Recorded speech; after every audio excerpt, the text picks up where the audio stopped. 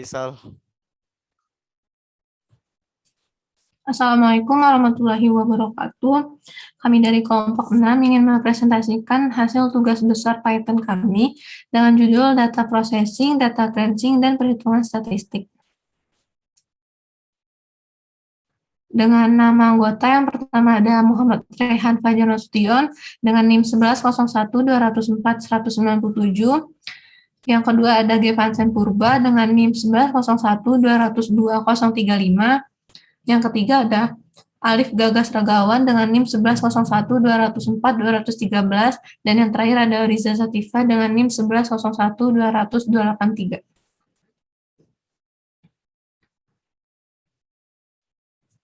Tugas besar Python meliputi 1. Buatlah program Python untuk melakukan data cleansing dan data processing untuk data CSV 7 field atau kolom dengan isinya yaitu NIM, tugas 1, tugas 2, kuis 1, kuis 2, UTS, dan UAS. Dengan pemisah field bisa koma atau semikolon. Lalu yang kedua, data cleansing mencakup atau semua kemungkinan data cleansing harus diakomodasikan di program Python yang isinya ada 1. Pengecekan field name dan nilai yang tertukar. Lalu yang kedua, pengecekan record yang double atau nama NIM yang sama dengan cara simpan record yang pertama saja dan hapus record double berikutnya. Lalu yang ketiga, pengecekan tipe data. Silakan menggunakan asumsi sendiri seperti B8, T7, S itu 5, dan E3. Lalu yang keempat, pengecekan nilai kosong atau pengecekan anomali nilai. Jika nilai lebih dari 100 diperbaiki menjadi 80, apabila nilai kurang dari 0 maka diperbaiki menjadi 20. Yang kelima, pengecekan panjang NIM. Jika ada NIM yang panjangnya berbeda, diperbaiki dengan aturan kalau kependekan tambahin 0 di belakang, lalu kalau kepanjangan potong yang belakang. Yang kelima, pengecekan jumlah field nilai. Jika lebih dari 6, tugas 1, tugas 2, kuis 1, kuis 2, UTS, dan UAS, maka field yang lebih tersebut dihapus dan nilainya menggantikan nilai UTS atau UAS dengan aturan jika nilai sama dengan genap, maka UTS sama dengan nilai. Jika nilai sama dengan ganjil, maka UAS sama dengan nilai. Yang ketiga, data processing mencakup perhitungan statistik, yaitu mean, median, standar defisiasi, dan defisiasi yang di-print sebagai output aplikasi. Lalu fungsi yang pertama itu ada kode di bawah adalah untuk membuka file. Yang kedua ada fungsi untuk memunculkan data pada tabel. Yang ketiga ada kode di bawah untuk mengecek NIM yang double pada tabel. Yang kelima ada fungsi di bawah adalah untuk menghapus NIM yang double. Catatan masukkan indeks NIM double yang mau dihapus. Lalu ada fungsi ini untuk melihat posisi NIM yang tidak berada di kolom NIM atau berada di kolom lain. Selanjutnya, fungsi untuk mengubah data nilai yang berbentuk huruf menjadi angka daftar ketentuan. Seperti I, 10B, 8T, 7S, 5E, 3G, 20, 0. Lalu fungsi untuk melakukan cek nilai kosong dan menggantinya menjadi 50 jika ada. Selanjutnya, fungsi untuk mengecek nilai yang lebih dari 100 atau kurang dari 0. Lalu, fungsi untuk mengecek dan otomatis mengubah NIM yang panjangnya tidak sesuai. Selanjutnya, fungsi untuk mengecek baris yang berlebih nilainya. Lalu ada fungsi untuk menampilkan data bentuk tabel yang rapi. Lalu ada fungsi untuk menampilkan nilai rata-rata. Selanjutnya ada fungsi untuk menampilkan median data. Dan yang terakhir ada fungsi menampilkan simpangan baku.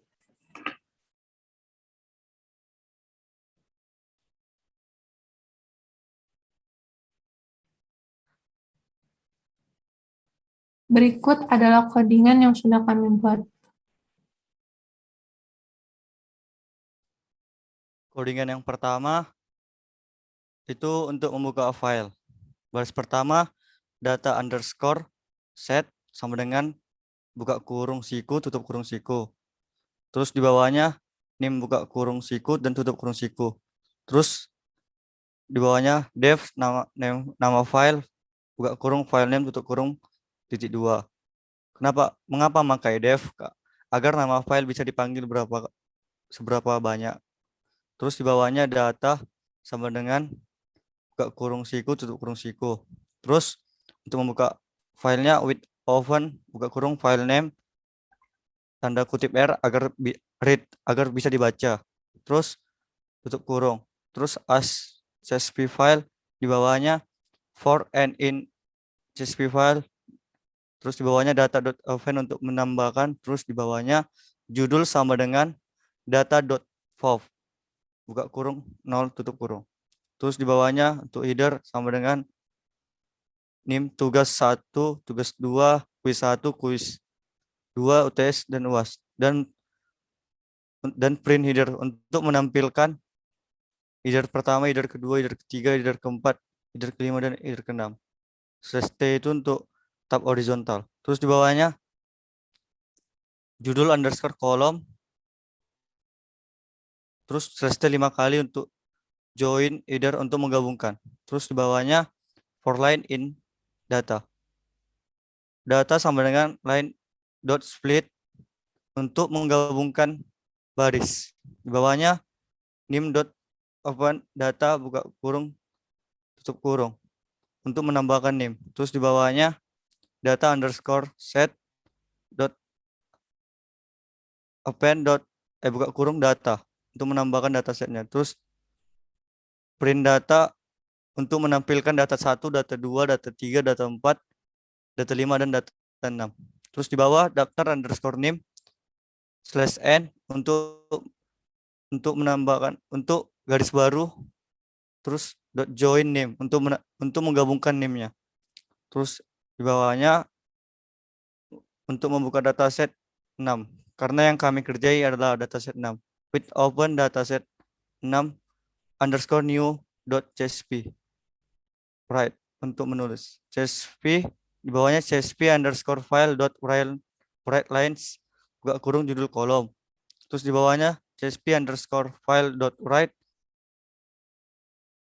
slash n untuk garis baru.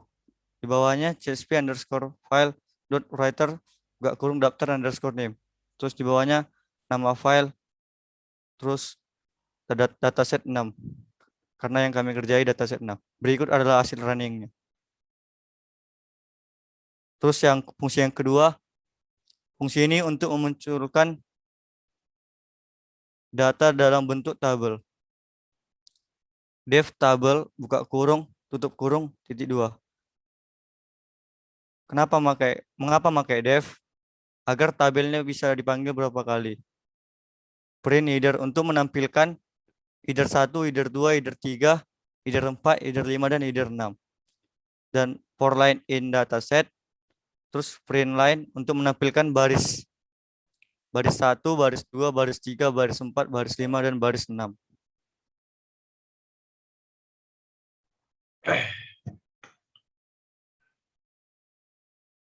Oke, digeser lagi ke atas sedikit mungkin. Jadi ada fungsi yang keempat ya, kode di bawah ini untuk mengecek NIM yang double pada tabel, yang dimana kita sudah ada beberapa kode yang sudah dijelaskan oleh teman saya Vincent tadi, seperti dev ini untuk memanggil beberapa kali ya. Jadi saya tidak perlu lagi untuk menjelaskan beberapa, yaitu kita memakai dev, cek NIM double, ada for i, ada if string, dan ada print, ada for x, if string, dan juga print, yang dimana print ini menampilkan codingan yang sudah kita tonton tadi, kita tulis, dan ada cek NIM double seperti yang di bawah untuk mengecek NIM-nya yang double ya. Nah, ini untuk tampilan play-nya seperti itu. Nah, ini dia. Oke, jadi kita masuk ke fungsi yang kelima, yaitu fungsi di bawah ini adalah untuk menghapus NIM yang double, tapi ada catatannya, yaitu masukkan baris NIM double yang mau dihapus. Jadi ada print, ada def, ada header juga, ada index, Nah, ini indeks ini baris kurang 1 ya. Terus ada print header, ada for line in dataset. Print kebanyakan memakai print ya untuk menampilkan seperti yang dijelaskan tadi, dan ada di bawahnya hapus nim double dalam kurung 2, dan ada print untuk menampilkan semua yang sudah kita codingin tadi ya, codingan tadi untuk menuntut untuk tampilannya seperti ini. Bisa dilihat. Oke, lanjut ya. Baik, jadi di sini untuk fungsi selanjutnya itu adalah untuk mengecek posisi dari NIM. Jika ada NIM yang berada di kolom lain, misalnya di kolom tugas 1 atau tugas kuis 2 atau dimanapun yang lain selain di kolom NIM. Nah, jadi di sini kita menggunakan percabangan if else. Jadi ketika nanti dia ngebaca NIM yang kita masukkan sebagai parameter di variabel NIM underscore Anda, ketika dia sama dengan line 1, berarti dia akan mengeprint bahwa si NIM tersebut ada di tugas 1, di mana line 1 itu adalah merupakan untuk tugas 1, line 2 untuk tugas 2, line 3 itu untuk kuis 1, dan seterusnya. Nah, di sini kita kita memasukkan line 0 itu ke temp, jadi kita memasukkan ke variabel temp untuk sementara.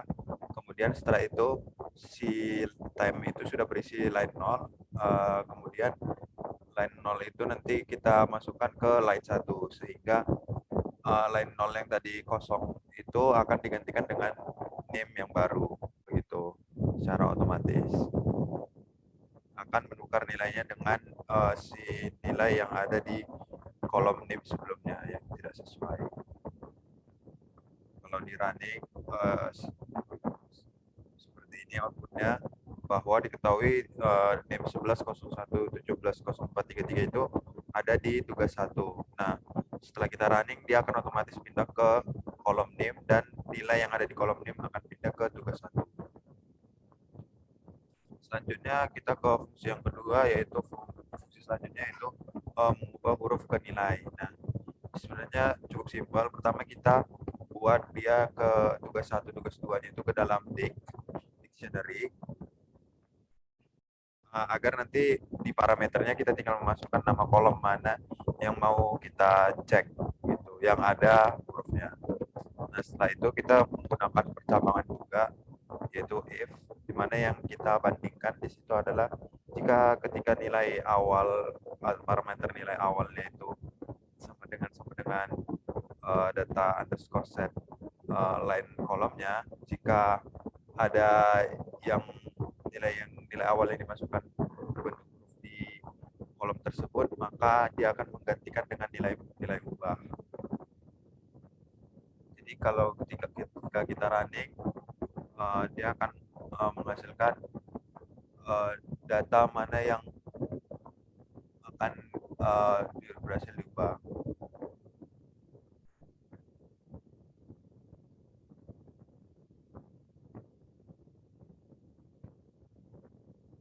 Nah, selanjutnya ini adalah untuk menampilkan fungsi tabel seperti itu. Nah, setelah itu ada keterangan fungsi ini untuk melakukan cek nilai kosong dan menggantinya menjadi 50 jika ada. Jadi nanti ketika ada si fungsi kosong di dalam file tersebut, maka akan menampilkan nilai kosongnya itu ada di kolom mana, dan akan langsung menggantikannya dengan 50. Dengan kita menggunakan perulangan for dan percabangan if. Setelah itu untuk fungsi selanjutnya adalah cek nilai yang tidak sesuai dengan kolom. Kita menggunakan dictionary lagi agar inputannya itu berupa nama atau judul kolomnya. Setelah itu kita menggunakan perulangan for dan percabangan if. Jadi nanti ketika ada di kolom yang kita masukkan itu ada nilai yang lebih dari 100, maka akan otomatis dirubah ke nilai 80. Begitu juga ketika ada yang 0, dia akan langsung otomatis jadi nilai 2. Setelah itu kita fungsi selanjutnya adalah cek panjang NIM. Nah, di cek panjang NIM ini yang akan menjadi parameter atau yang kita bandingkan itu adalah panjang dari si line 0. Kenapa line 0? Karena isi dari line 0 itu di dataset merupakan array untuk NIM. Jadi ketika ada NIM yang panjangnya lebih dari 10, maka akan diambil yang 10 NIM awal. 10 awal dari NIM tersebut. Misalnya ada 12, NIM-nya itu memiliki panjang 12. Nah, yang akan diambil itu hanya dari 0 sampai 10 saja.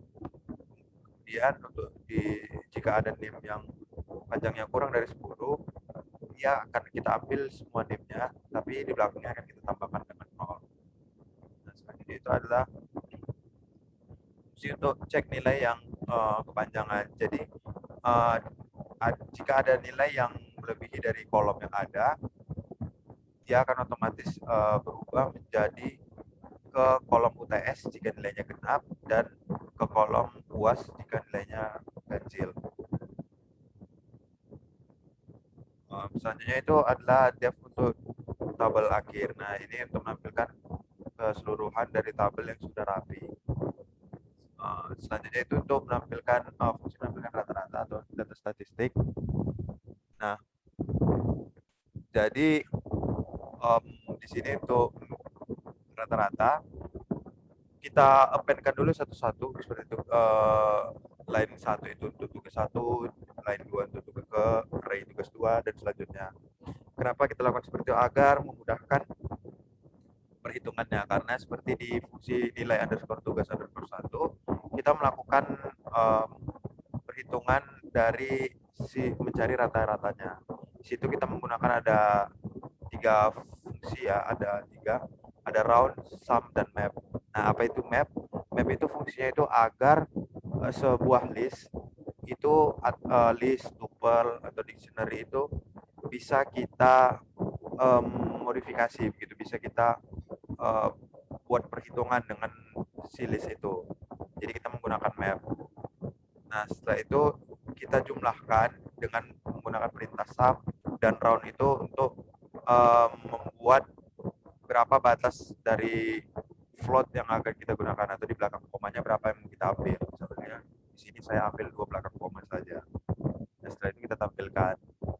Nah, selanjutnya di sini untuk fungsi dari median. Di fungsi median ini cukup panjang, tapi pada awalnya kita melakukan sortingan karena kita tahu median itu harus kita urutkan dulu dari yang terkecil hingga ke terbesar. Jadi kita menggunakan function sort di situ di setiap array yang sudah kita append tadi. Nah, setelah itu kita buat fungsi sesuai dengan median untuk mencari median itu apa. Tapi di sini ada if else. Jadi ketika nanti si tugas 1 itu memiliki modulusnya itu sama dengan 0, modulusnya 2 sama dengan 0, begitu yang lainnya, maka dia akan mengeprintkan seperti fungsi di bawahnya. Tapi ketika dia tidak sama dengan 0, modulusnya dia akan mengeprint seperti fungsi di else. Nah, selanjutnya itu untuk fungsi menampilkan simpangan baku. Untuk di simpangan baku hampir sama seperti di rata-rata. Nah, cuman bedanya kita masukkan ada 2 dictionary. Di sini ada dictionary nilai dan dictionary untuk nama kolomnya. Jadi ketika kita masukkan nama kolomnya apa dan urutan kolomnya keberapa, dia akan otomatis melakukan mencari simpangan baku dari si kolom tersebut. Begitu. Mungkin sekian untuk penjelasan dari tugas besar Python ini untuk melakukan data cleansing dan data processing. Sekian dari kami kelompok 6. Selamat siang. Assalamualaikum warahmatullahi wabarakatuh. Sekian dari kami, terima kasih. Arigato. Terima kasih. Hatur nuhun. Ya.